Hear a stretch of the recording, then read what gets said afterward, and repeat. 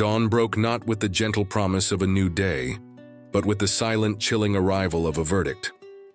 70 Lakota warriors stood in a perfect, unbroken circle around the crumbling boundaries of Levi Croft's ranch. They did not move. They did not speak. They were statues carved from shadow and resolve, their presence a wall of quiet judgment that made the very air feel heavy and still. Levi stood frozen on his splintered porch, a tin cup of bitter chicory coffee cold and forgotten in his hand. His heart wasn't pounding. It felt like it had shriveled and died in his chest. This was not a social call. This was not a negotiation. The way the warriors held their bodies, the way their eyes, dark, unwavering, and utterly devoid of emotion, were fixed on his shack. It was the prelude to an execution, and he knew, with a certainty that felt like a tombstone settling onto his soul, that it was because of the children. The 2 Sioux children he had dragged from the river's furious grip. The children who were, at this very moment, sleeping on his floor, wrapped in his last 2 clean blankets, their bellies full of the food he could not afford to give. He had saved them from a watery grave, only to bring a different kind of death to his own doorstep. At the head of this silent army stood Chief Tamaha, the one who rides ahead. Levi had only heard the name in the fearful whispers of other settlers. The chief was older than he'd imagined, his face a roadmap of wisdom and harsh winters, but his posture was that of a man in his absolute prime. He held no weapon. Cradled in his hands was a single magnificent eagle feather, its tip a stark, bloody crimson. The chief's eyes found Levi's, and in that gaze Levi saw no anger, no hatred. He saw a deep, ancient sorrow and a resolve as hard as granite. This was not about revenge. This was about law, a law Levi had violated without even knowing it. Chief Tamaha raised the red-tipped feather high. As one, the 70 warriors raised their left hands, palms outward.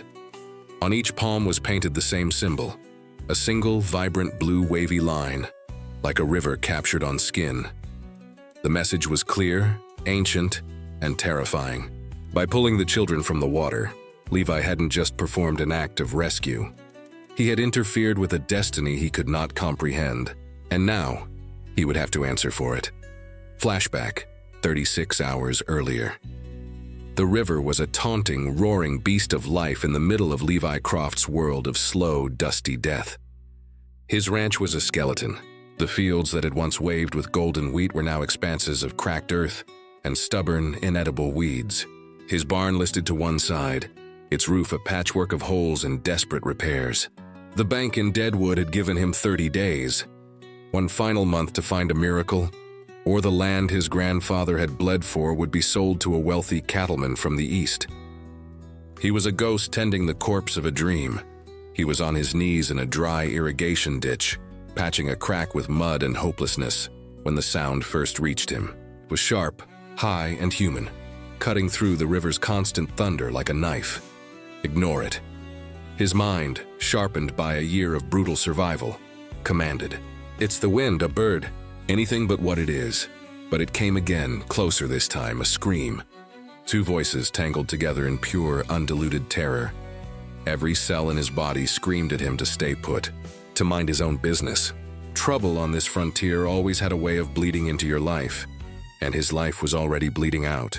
Getting involved was a luxury for men who had something left to lose. He stood up, his joints aching. He was 35 years old but felt 100. He trudged toward the sound, his boots kicking up little puffs of dust, each step feeling like a betrayal of his own self-interest. He reached the riverbank and his blood ran cold. 50 yards downstream, caught in the center of the raging, snow-melt-swollen current, was a shattered canoe. 2 small figures were clinging to the wreckage, their small hands slipping on the wet bark. A boy and a girl? The river was pulling them apart, pulling them under. They were losing the fight. Levi's personal arithmetic of survival instantly presented the cold, hard numbers. The water is freezing. The current is suicidal. I have no strength to spare. If I die here, the bank takes the land tomorrow. If I do nothing, I live. I live to be the man who watched 2 children drown. It was the easiest, most logical decision of his life, and it made him sick to his stomach. He didn't make a conscious choice. His body made it for him. He ripped off his heavy boots and plunged into the water. The cold was a shock so violent it stole his breath. It felt like being stabbed with 1,000 needles of ice. The current was a monstrous force, instantly grabbing him and pulling him under. He fought his way back to the surface, gasping, his muscles already burning with the effort. He struck out for the children, each stroke a monumental fight against the river's will. He reached the shattered canoe just as the little girl's grip failed. She disappeared under the churning brown water with a tiny, choked cry. Levi dove, his eyes blind in the murk, his hands grasping wildly. His fingers brushed against fabric. He grabbed, yanking her back to the surface. She came up coughing, sputtering, her eyes wide with terror.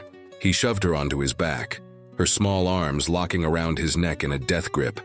The boy, seeing his sister safe, let go of the canoe and latched onto Levi's arm. The added weight was immense. Levi was now anchored by 2 small lives, the current doing its best to tear them all apart. He kicked, his legs like lead weights, his lungs on fire. The far shore seemed a mile away. The roar of the approaching rapids grew louder, a deadly promise of jagged rocks and certain death. It was the longest 5 minutes of his life, a brutal, gasping, muscle-tearing battle against an indifferent force of nature. His vision spotted. His mind screamed at him to let go, to save himself. But he held on. He held on to the girl on his back and the boy on his arm, and he fought. His feet suddenly scraped against gravel. He found a submerged sandbar. With a final Herculean effort, he half-dragged, half-carried the 2 shivering, coughing children out of the water, and collapsed onto the muddy bank. His body racked with tremors of exhaustion and cold. For a long time, nobody spoke. The only sounds were their ragged, sobbing breaths and the river's relentless, mocking roar. The children huddled together, their dark eyes fixed on him, filled with a mixture of shock, fear, and a dawning, profound trust. Levi finally pushed himself up onto his elbows.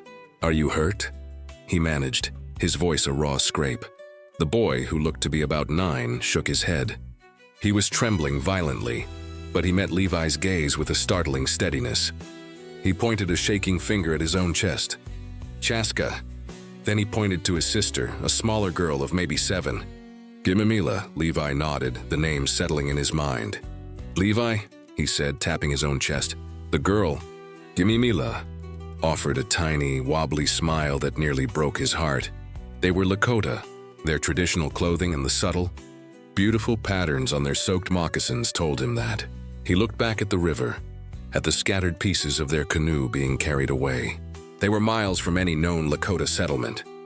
They were lost, freezing, and in shock. The dilemma descended upon him with the weight of the sky. He could take them to the nearest fort, hand them over to the Indian agent. It was the official path, the safe path. But Agent Collins was a known cheat and a bigot who treated the tribes with contempt. The thought of delivering them into his hands felt like a betrayal. He could try to find their people himself. That meant days, maybe weeks of traveling through dangerous, unmarked territory. It meant abandoning his ranch in its final, most critical days, guaranteeing its loss, or he could take them home. To his shack, give them warmth, the last of his food, and a safe place to sleep. It was the only human thing to do, but it was also the most dangerous. If he was caught harboring Sioux children, especially with tensions running high between settlers and the tribes, he would be branded a traitor, an Indian lover. It would give the bank all the reason it needed to evict him immediately, and his neighbors might just hang him first. He looked at Chaska and Kimimila. They were just children, small, scared, and shivering. He had almost died to pull them from the river.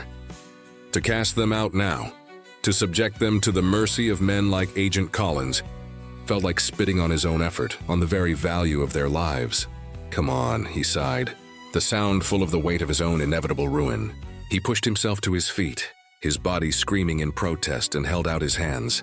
"You're coming with me." He brought them to his shack, the poorest sanctuary imaginable. He stoked the fire, pouring in his last reserves of wood. He gave them his only 2 clean blankets. He made a thin, weak broth from his precious, dwindling store of pemmican, and they ate it with a quiet, desperate intensity that spoke of true hunger. As they finally began to warm, their trembling subsiding, Levi noticed the pendants. Each child wore a small, smooth stone on a leather cord around their neck. He hadn't noticed them in the river. Chaska's was carved into the shape of a powerful, stoic bear. Kimimila's was a delicate, perfectly rendered butterfly. The carvings were not just skilled, they were ancient. They seemed to hold a depth, a silent power he could feel in the air around them. They weren't mere decorations, they were symbols, sacred objects. At that moment, he dismissed them as family heirlooms, precious trinkets from a loving mother or father, a small, touching detail in a tragic situation. He had no way of knowing that those two pendants marked Chaska and Kimimila as the sacred twin spirits of the Lakota, the bear of grounded strength and the butterfly of transformative hope, the most protected and revered children in the entire nation. He didn't know that by saving them from the river, he hadn't just altered their fate, he had shattered a celestial covenant. And at dawn, the price for that would be demanded. The fragile peace of the morning was shattered by the sound of a single gunshot in the distance. It wasn't close, but it was a rifle shot, sharp and purposeful, not the random pop of a hunter. Levi, who was showing a wide-eyed Kimimila how to feed a handful of grain to his one remaining ancient chicken, froze. Chaska's head snapped up from where he was diligently mending a fishing net, with a skill that belied his young age. The boy's eyes met Levi's, and in them was not the fear of a child, but the grim understanding of a warrior. "They look for us," Chaska said. His English broken but clear. The first complication had arrived. Levi's mind raced. Who was they? The Lakota? Had Chief Tamaha's scouts already found their trail? But the shot came from the east, from the direction of the settlement and the fort, not the vast Lakota lands to the west. "Who, Chaska?" Levi asked, keeping his voice low and calm. "Who's looking for you?"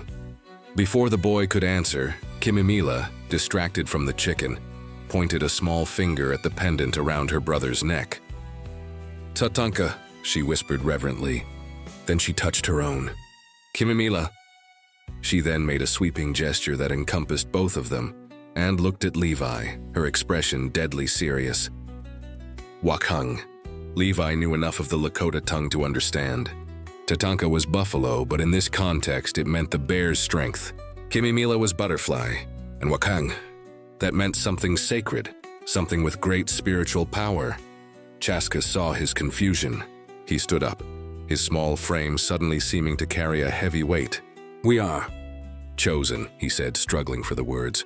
"Before the first snow, the shaman, he have vision. The people need strength. They need change. The spirits choose too." He pointed to himself and his sister. "Bear spirit, butterfly spirit. We go to river for ceremony, alone, to listen to the water spirit. The canoe at break." The pieces clicked into place with a terrifying clarity. These weren't just any children. They were child oracles, chosen vessels for their people's future. Their solo journey to the river wasn't an accident. It was a sacred rite of passage. By pulling them from the water, Levi hadn't just saved 2 lives. He had interrupted a divine conversation. He had, in the eyes of their people, potentially stolen the blessings of the spirits. This was why Chief Tamaha had come not with gratitude, but with the solemn gravity of a high priest. Levi was no longer just a man who had saved children. He was a foreign element that had contaminated a sacred event. "The law of the interrupted waters," Chaska said, his voice dropping to a whisper. "It is old, very old. If a stranger takes the chosen from the sacred river, the balance is broken." The stranger. He looked at Levi, his dark eyes filled with a pity that was far more frightening than any anger. "The stranger must become part of the balance, or the spirits will take the blessing away. Bring drought, sickness." Levi felt the ground fall away beneath him. The ultimatum was now horrifyingly clear. Chief Tamaha wasn't there to thank him or punish him. He was there to enforce a spiritual law. Levi had to somehow become part of the balance, whatever that meant, or be responsible for a catastrophe befalling the entire Lakota band. The weight of it was suffocating. His own problems, the debt, the dying ranch, suddenly felt trivial, laughable. He was caught in a current far stronger than the rivers, a current of tradition, faith, and a destiny he never asked for. The second complication arrived an hour later, not with stealth but with arrogant, noisy purpose. A wagon driven by a soldier from the fort rolled into his yard. Sitting beside him, clutching a ledger and wearing a suit that was too fine for the frontier, was Agent Harrison Collins.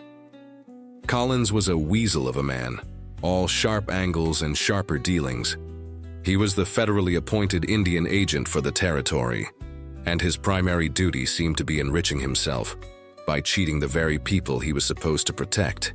He viewed the Lakota not as a people, but as a problem to be managed and exploited. Levi's blood ran cold. This was worse than the Lakota. The Lakota operated on honor and ancient law. Collins operated on greed and deceit. Croft, Collins called out, not bothering to dismount. His eyes, like two dark beads, scanned the property with contempt. Heard you had some excitement by the river yesterday. Levi stepped out onto the porch, deliberately blocking the door to the shack. Agent Collins, what brings you out here? Don't play dumb, Collins sneered. 2 Sioux kids went missing. A hunting party found the wreck of their canoe downriver, and you miraculously are the only soul for miles. His gaze lingered on the shack's door. Their chief is raising hell, saying they're some kind of chosen ones. Makes my job very difficult. I need to get them back, now. I don't know what you're talking about, Levi said, his voice flat. Collins's smile was thin and predatory. I think you do. And I think you've got them in there. No, you can hand them over to me and I'll see they're returned. Eventually. Or I can get a warrant and have the army search this place. But if I have to do that, he leaned forward, his voice dropping to a venomous whisper, I'll make sure the bank hears all about how you're harboring hostiles. They'll foreclose so fast your head will spin. You'll lose this dust bowl and end up in a debtor's prison.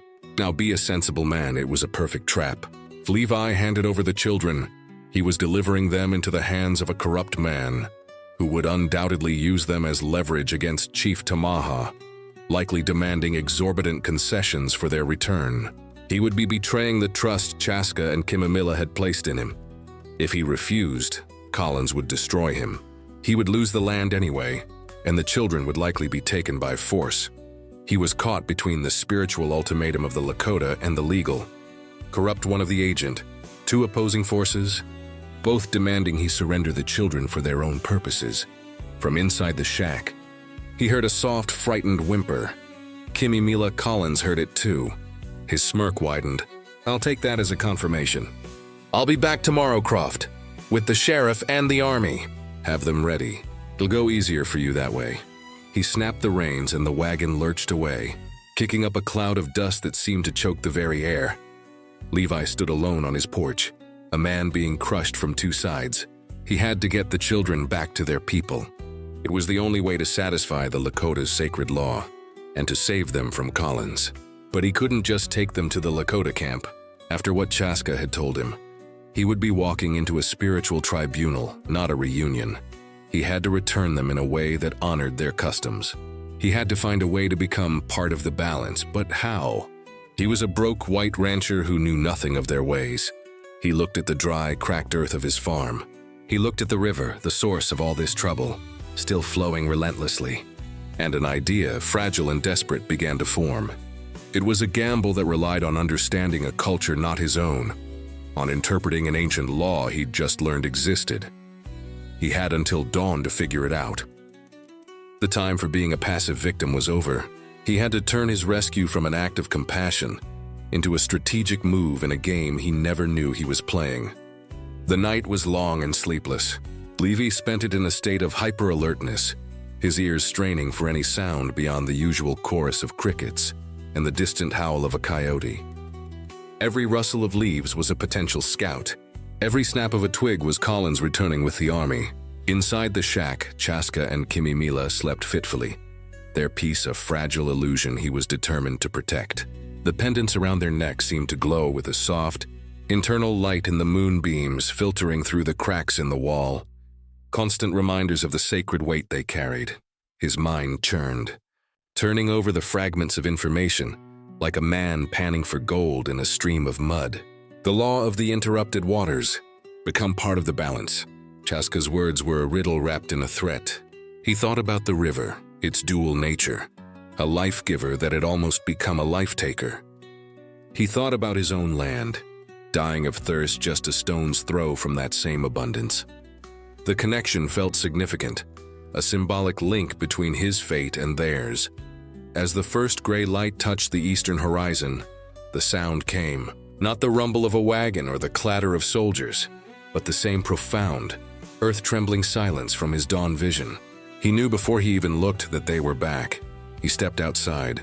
The 70 warriors were in the exact same positions as the previous dawn, as if they had not moved all night.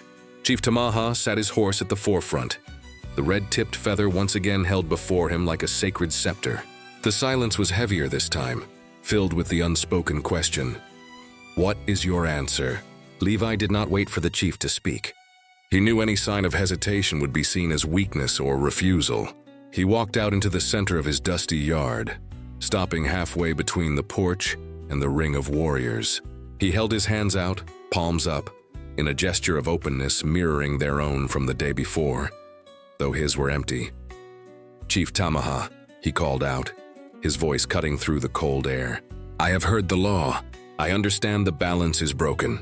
A faint ripple of surprise went through the warriors. They had expected fear, denial, or begging. They had not expected this calm acknowledgement. The chief's expression did not change, but his eyes sharpened, focusing on Levi with intensified interest. He gave a single, slow nod, granting Levi the floor to continue. "I took Chaska and Kimimila from the sacred river," Levi continued, choosing his words with the care of a man walking across a frozen lake. "I did not know the law. I saw only 2 children fighting for their lives. But ignorance does not change the act." He took a deep breath, his heart hammering. This was the gamble. The law says I must become part of the balance. I am a rancher. My life is this land, and this land is dying of thirst, while the river you hold sacred flows just beyond my fence. He gestured to the dry, cracked irrigation ditch that snaked from the riverbank and disappeared into his barren fields. "The water spirit gives life, but my land receives none. The balance is broken here too." He looked directly at Chief Tamaha, pouring every ounce of his sincerity into his gaze. "I propose a new balance. Let my hands, which pulled the chosen from the water, be the hands that bring the water's gift to this dying earth. I will repair the ditch. I will channel the river's spirit to this land. In this way, the strength of the bear and the hope of the butterfly will not be lost, but will flow into the earth through my labor. I will become a bridge, not a thief." He stopped, his chest heaving. The entire valley was silent, waiting. He had just reinterpreted their ancient law through the lens of his own desperate circumstances.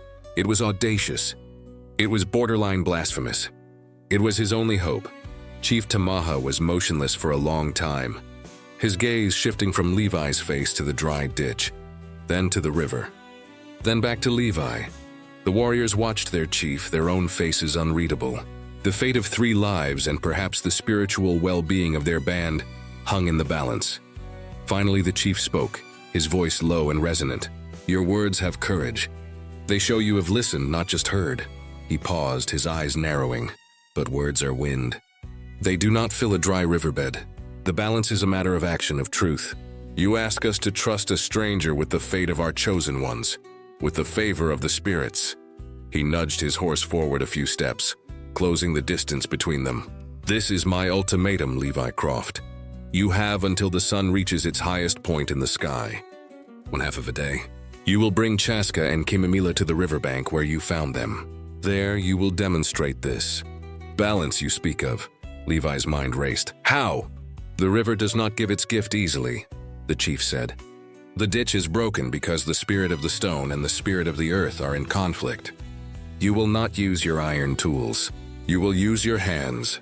You will move the stones that block the way. You will reshape the earth that refuses the water. With your own hands, you will create a new path from the river to your field.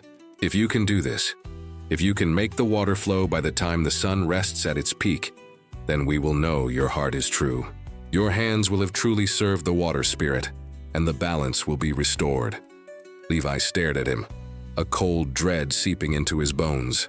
Repair the entire head of the ditch, a task that would take 2 men with shovels and picks a full day, using only his bare hands, in less than 4 hours. It was impossible. It was a poetic death sentence, and if I cannot, Levi asked, though he knew the answer. "Then the law is clear," Chief Tamaha said, his voice final and absolute. "The balance was broken by your hands. If they cannot fix it, they are unworthy. You will be taken, The children will return to their people, and the spirits will judge the outcome of the interrupted waters. He didn't elaborate on what taken meant. He didn't need to. The grim resolve in the eyes of the 70 warriors said everything. The ultimatum was delivered. It was a test of pure brutal will, a test designed for him to fail. "I understand," Levi said, his voice hoarse. Without another word, Chief Tamaha wheeled his horse and rode back to his lines. The warriors remained, a silent, watching jury. Levi turned and walked back into the shack. Chaska and Kimimila were awake, huddled by the window. They had heard everything. "You cannot do this," Chaska said, his young face etched with worry. "The stones are too big. The earth is too hard." Levi looked at them, at their sacred pendants, at the trust they had in him. He thought of Agent Collins, who would be arriving soon to drag them away. He thought of the bank ready to take his land. This impossible task was suddenly the only path forward that led to any kind of future for any of them. "I have to try," Levi said, a strange calm settling over him. He was a man with nothing left to lose, facing an impossible task. It was, in a twisted way, liberating. He walked to the door and looked out at the dry ditch, then at the silent, watching Lakota. He was no longer just a broke rancher. He was a man who had been given a purpose, however suicidal. The sun was already climbing. The clock was ticking. He had until noon to perform a miracle with his bare hands. As if summoned by the finality of the chief's words, a new sound split the air from the east, the unmistakable, arrogant clatter of a heavy wagon, followed by the measured trot of horses, too many horses for a simple ranch visit. Agent Harrison Collins had returned, and he had brought the U.S. Cavalry. Levi scrambled to his feet, wincing at the pain. He looked at the Lakota, 70 warriors silently watching, their judgment satisfied, but their horses still ready. Collins' wagon pulled up to the perimeter of the field and screeched to a halt, flanked by a squad of 10 federal troopers under the command of a weary-looking lieutenant. Collins sprang out, his face a mask of smug satisfaction. Well, Croft, didn't think you'd be standing here," Collins sneered. Then his eyes went wide as he took in the scene. He saw the flowing water, the collapsed Levi, and the 2 Lakota children, but more importantly, he saw the unbroken circle of 70 warriors, their presence radiating disciplined menace. "Lieutenant," Collins stammered, pointing a shaking finger at the children. "There they are." "The missing hostiles. Arrest the children and arrest Croft for harboring." "Silence, Agent," the lieutenant cut in, his eyes darting between the armed Lakota and his meager squad. He was a man of the frontier. He knew a political nightmare when he saw one. He recognized Chief Tamaha, and he recognized the suicidal idiocy of provoking him over a crooked agent's ambition. Chief Tamaha, still standing by the flowing water, raised his voice, and the resonance in his Lakota was so strong Levi understood it even without translation. He pointed to Levi, then to the water, then to the children, and finally, he pointed the bloody-tipped eagle feather directly at Agent Collins. "This man," the chief said, his English slow and deliberate, "has served the water spirit. He has mended the balance. The bear and the butterfly are under his protection, sanctioned by our law. He is not your criminal. He is our bridge." The lieutenant's face went pale. He knew a formal pronouncement from a chief of Tamaha's stature could be political dynamite. He also saw the perfect flow of water, a fact that would be noticed by every settler in the valley. A man who brought water to dry land was not a criminal. He was a godsend. Collins, desperate and enraged, pulled out a thick document. "This is garbage. This is his final notice. Croft is a bankrupt debtor. His land is forfeit to the Territorial Bank in Deadwood. We are here to seize this property." The threat was real, legal, and final. Levi felt his newfound hope shrink back to despair. He may have won the spiritual battle, but the law of white men was about to destroy him. But Chief Tamaha did not flinch. He walked to the edge of the ditch, where the murky, life-giving water flowed freely. He looked at Levi, then at Collins, and smiled. A slow, terrible smile that did not touch his eyes. He spoke again, this time addressing Levi in a low voice. "The spirits do not repay a mended balance with emptiness, Levi Croft. They give life for life. They give abundance for obedience." The chief turned to his warriors and issued a sharp command in Lakota. In one fluid motion, the 70 warriors dismounted. not drawing weapons but reaching to their saddles.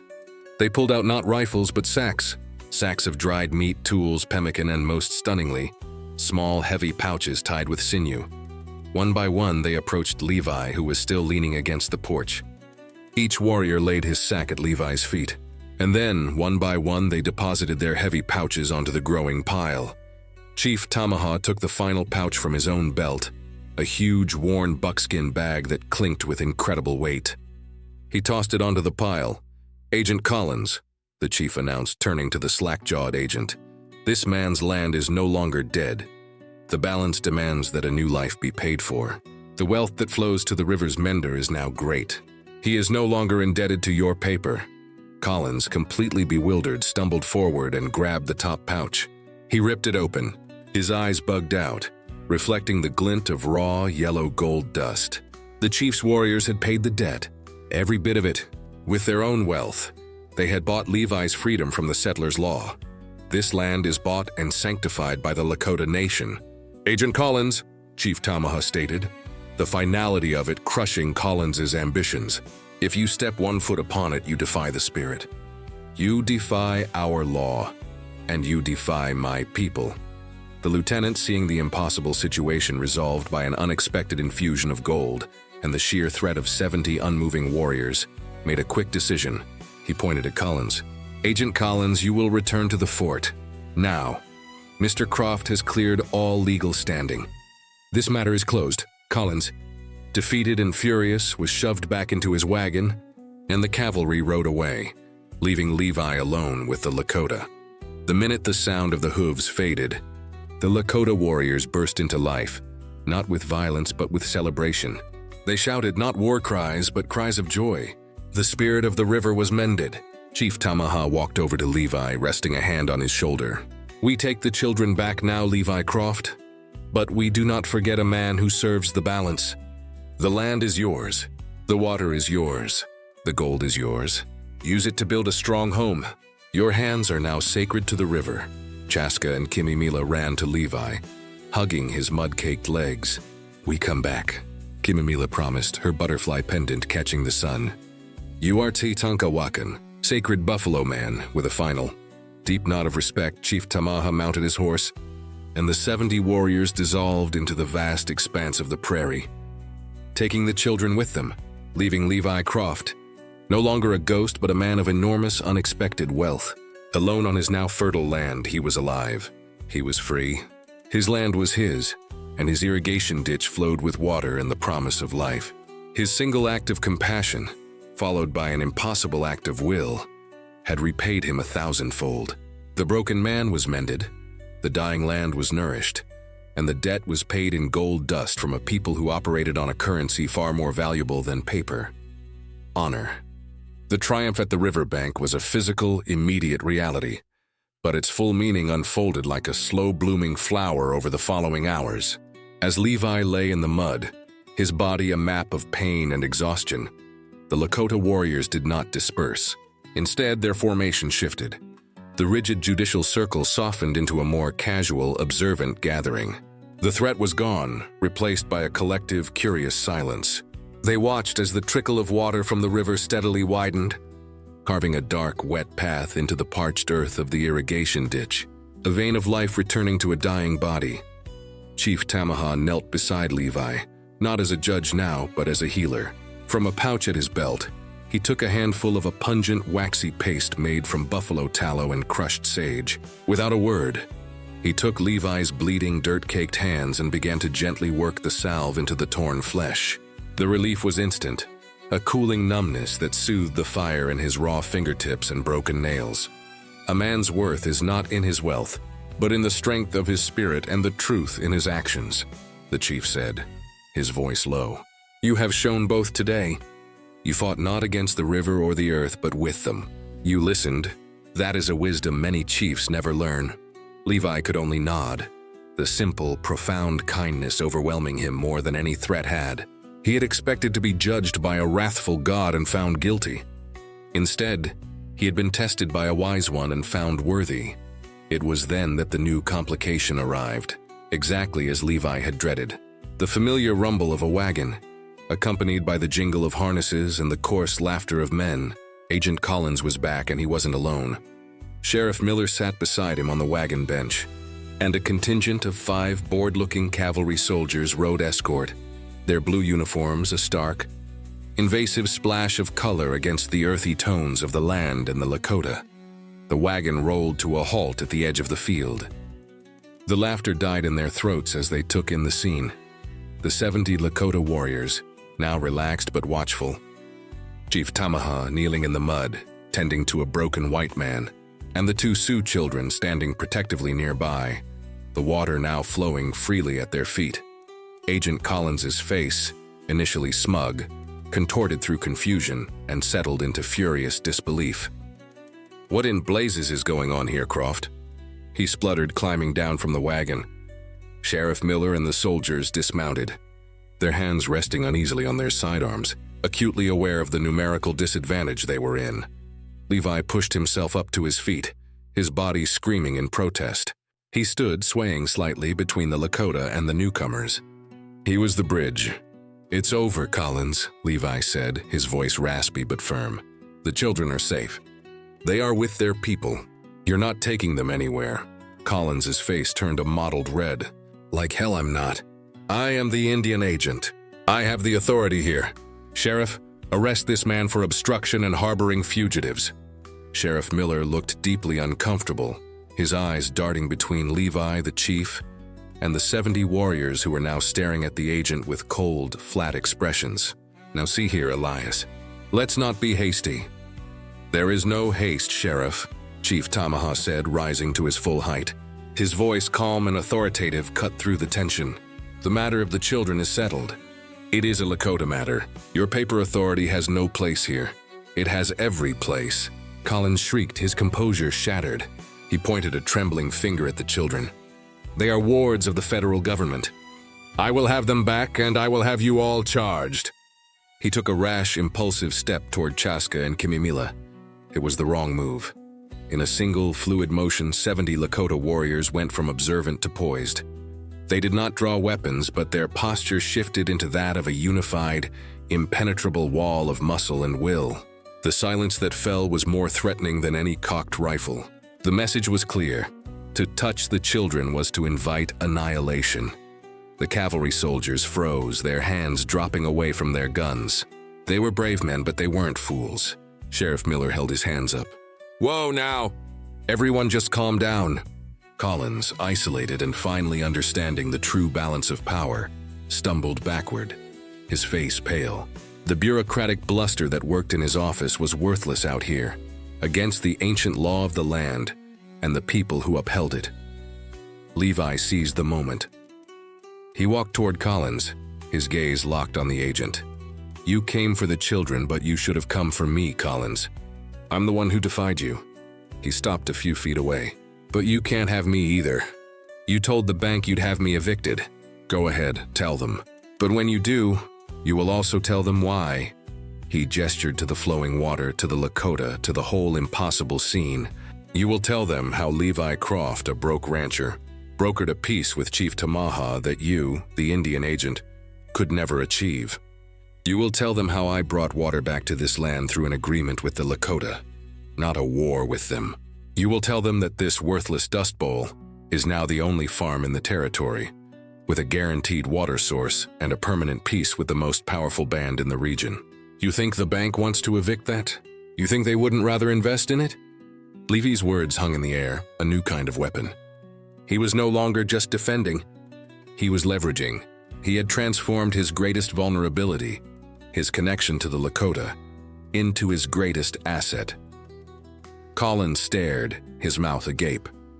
He had come to deliver an eviction, and instead was being presented with a business proposition he couldn't refute.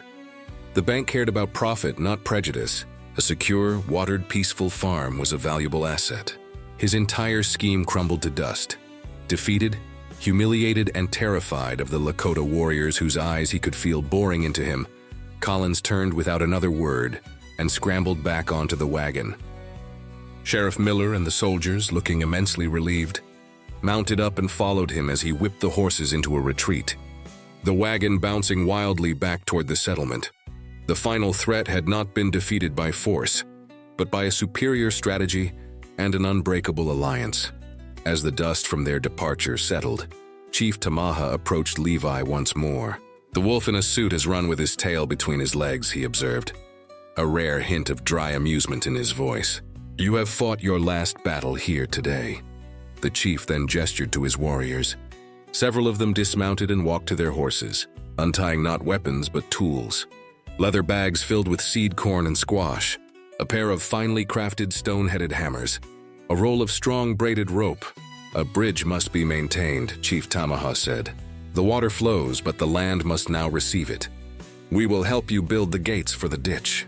We will show you which seeds will grow best in this soil. The balance must be tended." And so the most miraculous transformation of all occurred. The Lakota warriors, the feared army of the dawn, became a work crew. They set about with quiet efficiency, using their skills to help Levi reinforce the irrigation channel. Their laughter now echoing across the field, where hours before only silence and judgment had reigned. Weeks later, Levi's farm was unrecognizable. The fields, once cracked and brown, were now verdant green with sprouting corn and beans.